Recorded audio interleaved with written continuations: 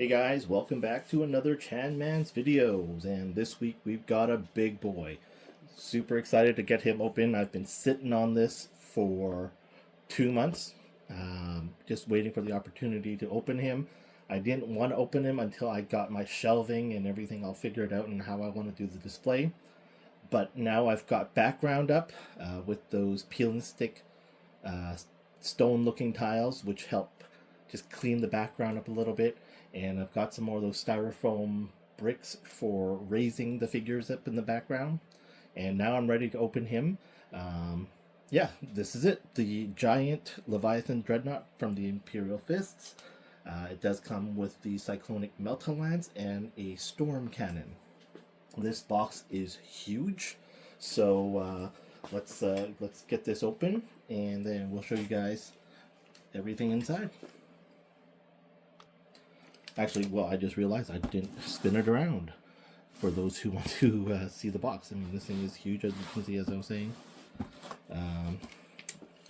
It is 13 inches across, 13 and a half tall, and just under 10 inches deep. Alright, so let's get this unboxed, and we'll check it out.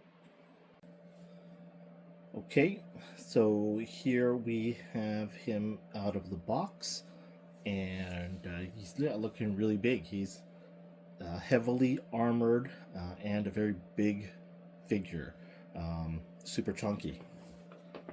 My initial thoughts, once I got him out of the box and the plastic and all of that and the foam inserts and stuff, is that the color looked off to me. In the sense of I wasn't expecting it to be a darker mustard color for an Imperial Fist figure, as opposed to my Imperial Fist Intercessor, as well as in contrast to my Citadel paints, which it's a contrast paint, but it's the Imperial Fist's color, and as you can see, they're quite different. I'll bring in the Intercessor in later, as well as some other Dreadnoughts and the Invictor Warsuit for size comparison. But for now, just getting back into this figure itself. I'll bring it closer to the camera so that you can get a better look at the details up close.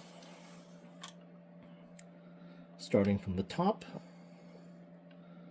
you do have some weathering and a little bit of highlights on this figure, so you can see the highlights there, and you can see very light weathering. I will do a greater inspection later, but I'll probably touch up some of these. I don't even know what they're called. I noticed them well, they're on all the Warhammer Dreadnoughts, but I see them a lot on armor plates. I don't know if they're intended to be welded nubs. I don't know what weld dots. I don't know, but if you know, please drop it in the comments and let me know what the official term for these welding nubs are, or armor nubs. I'll just call them nubs in the meantime. And then up close, according to the lore, this is likely a smoke launcher. I was on the Warhammer website just looking at what sort of armaments they use in the game and in the lore. And with the Dreadnought, they say that it has smoke grenades, has regular impact or frag grenades, and I'm going to guess that these could be it, or vice versa. These are the smoke grenades, these are other grenades. We've got the head here with an articulation on the head that you can move it left, right, up, and down. There's a pivot that's on a ball joint. We do have minor articulation up here in the upper part of the torso, and then articulation on the bottom of the torso, which allows it to pivot. There's a ball joint, and then, because I'm not holding it well enough, but there's a very minor pivot, and I only discovered it when I was taking it out of the box, because these two heavy incinerators, which do have very minor range of motion up and down, this one wasn't moving. And as soon as I jiggled this a little bit, whatever was caught on there made it undone, and you can see there's that articulation there. Okay, so well painted, nice again, details. I will go in here and darken those holes up with black paint, and I personally will prefer to go in and add just a bit more accuracy by shading these in with black paint and just adding some more some dark shading and some highlights in there as well. Continuing on with the lower body, you have two giant ball joints here which allow the articulation for the legs. You have a bend here, and you have a few different points of articulation in the ankle, which I will get into a little bit later. Just staying with close-up shot, and you do see some highlights on the edges there, and then the bottom of the feet. Rotating over, this cannon here, this cannon array is my favorite part of this Dreadnought. Very imposing looking, and just, I mean, it just looks amazing. Just look at that detail there. Going around the back. And then that ammo belt. You do have a lot of different markings on this Dreadnought as well. And then again, that weathering detail and just nice color scheme overall. And you have asymmetrical designs, and then all that excellent detail on the back for the engine and the power. Going to the, I think this is the Melta Lance. I will be going into these with black paint, and I do like the detail in the red hosing here.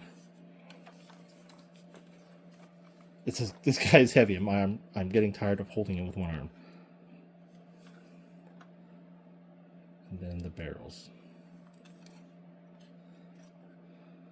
Okay, I'm just gonna lie it down.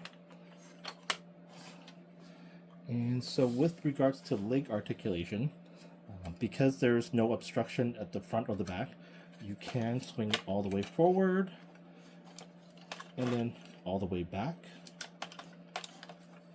It does do a pivot, as you can see here.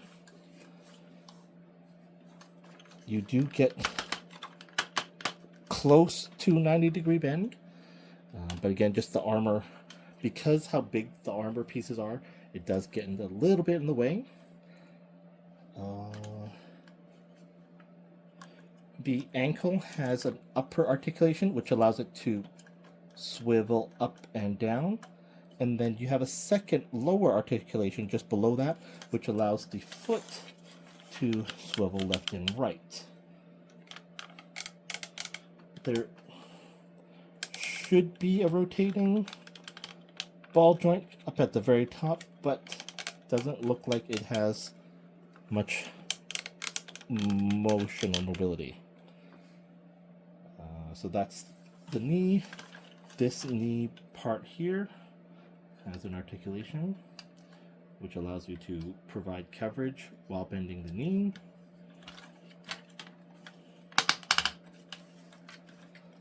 The toes all have a swivel, left, right, up, and down, and they're a little bit loose feeling. Not like crazy wobbly loose, but there definitely is not much resistance. So I wouldn't count on these to provide support or the ability to support the weight if and when I do try to pose this in a different stance. And then this ankle swivel left and right here is very loose. Trying to figure out how, I don't believe it's a design that I would be able to pop it off, take it apart, and then put clear nail polish to add a little bit of tightness to it. Doesn't look like that's possible without risking me breaking it. That is it for leg articulation and foot articulation. Moving to the arms. it is a ball joint. So hopefully I can demonstrate this on camera. So it is a ball joint, and it does swivel around, but it does have a very limited range of motion. Let me just actually bring it up here a little bit closer. And that's due to how thick this piece of plastic or armor is. So we can swivel the arm up there, and as you can see here, the two pieces collide in the back and then in the front as well. So that is the only range you're going to get for rotation. It does collide there. You have a swivel around. You also have the ability to raise the arm in two areas. So one swivel here and a swivel underneath. So right there. And then you can also, looks like I've already rotated as far back as possible. And then a very limited forward bend as well. Same as on this arm. This armor box or the ammo crate here does get in the way of bending it down. And then you're going to get just a little bit, actually no, it looks about the same, of articulation bending forward, and that's because of this camera piece here. So if you were to pose it, just instead of letting it hang there, you want to pose it a little bit further, you are looking at that. Watching other videos on YouTube from other YouTubers that have purchased this figure, theirs weren't able to hold the weight, and lucky for me, mine can. Overall, with the appearance, the design, while there are some loose parts, the quality control on this figure is better than a few of the other pieces I've collected so far. And I don't mind the painting and some of those details. I do enjoy going in and enhancing the figures myself, so that's nothing I'm going to complain about. Other thoughts, in comparison to the other Dreadnoughts, where you do have a sarcophagus here, this guy seems disproportionate. This head is gigantic compared to my other Dreadnought heads. And I'll bring those in for comparison as well as, and I'll also bring the Invictor Warsuit, just because they, on the surface, they visually look like they're about the same size. Yeah, just to let you guys get a better view of the actual figure comparison. Okay, so here are a few figures that I've got to set up together for a size comparison. And I'm going to just talk about the two big guys first, because I've got the Warsuit standing up as upright as possible, but because it is very top and back heavy, I've twisted the feet around for support, and I'm really worried it's going to fall over backwards. So visually, when you look at it, the top of the shoulders here and the top of the shoulders here are the same height. What stands out differently is just this smoke launcher or grenade launcher at the top, as well as the antennas that just visually makes it taller because of those extra. But for the most part, they are roughly the same height, maybe off by a centimeter or two, based on how you position and pose their legs. And with the Warsuit, I absolutely recommend, if you buy this figure, if you want to buy this figure, pose them with the legs spread open for greater stability. It's very top heavy. And then for the width, again, just because of how the arms are designed and the armor plates on the side, this is a wider figure as opposed to the Leviathan Dreadnought. And this is also heavier because you do have the figure and everything inside.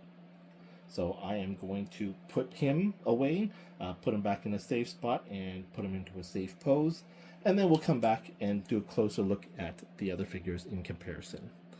In the meantime, I will position the phone closer and just let you guys see that size comparison there.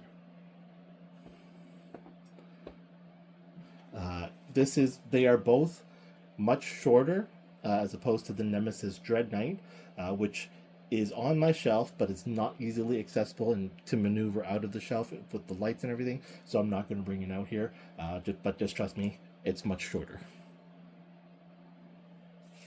Okay, so earlier I was just saying that these are both Dreadnoughts. They both have sarcophagus with the marine inside, and look at the size difference between this guy here and this back here. This is significantly bigger. Look at the helmet and the head. I tried to find online in the lore why this thing is so much bigger. I couldn't find anything at all explaining that, if maybe is this guy Primaris and he's bigger versus this guy just being a Grey Knight. I don't know, but I just thought it was funny that they're all 1/18. This is again before the Titus reissue, or not Titus reissue, the issuance of the new larger size 1/18, which doesn't make sense.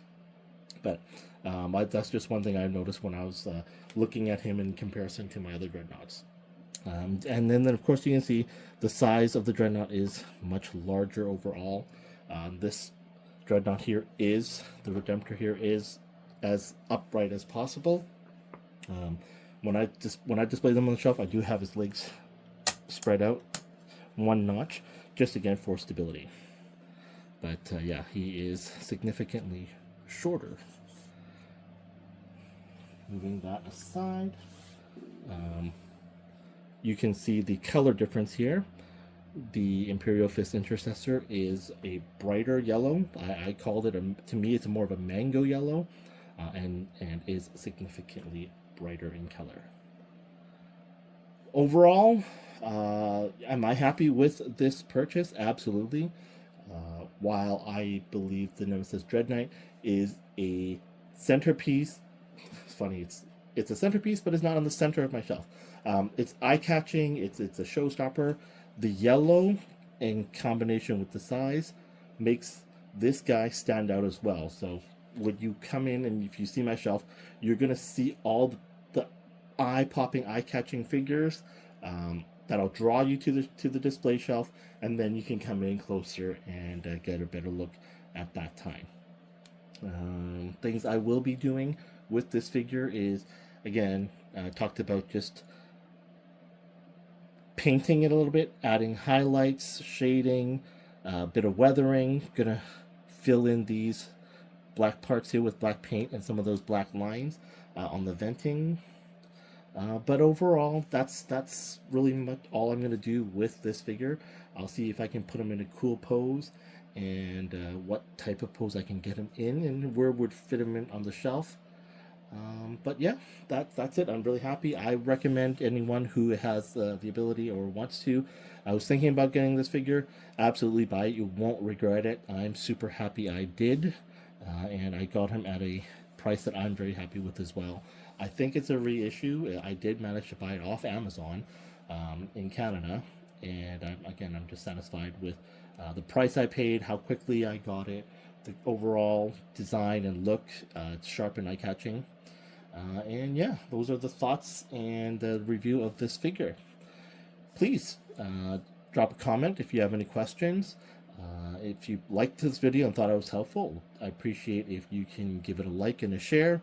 And also, if you do enjoy my Warhammer videos, please subscribe and hit the notification bell. I've mentioned in some other videos before, I just want to have a fun personal goal, something I want to achieve, is to somehow get to 10,000 subscriptions and earn the YouTube video, but I can't do it without your support. So please continue to watch my videos and subscribe and help me out. Thanks so much for watching. See you in the next video.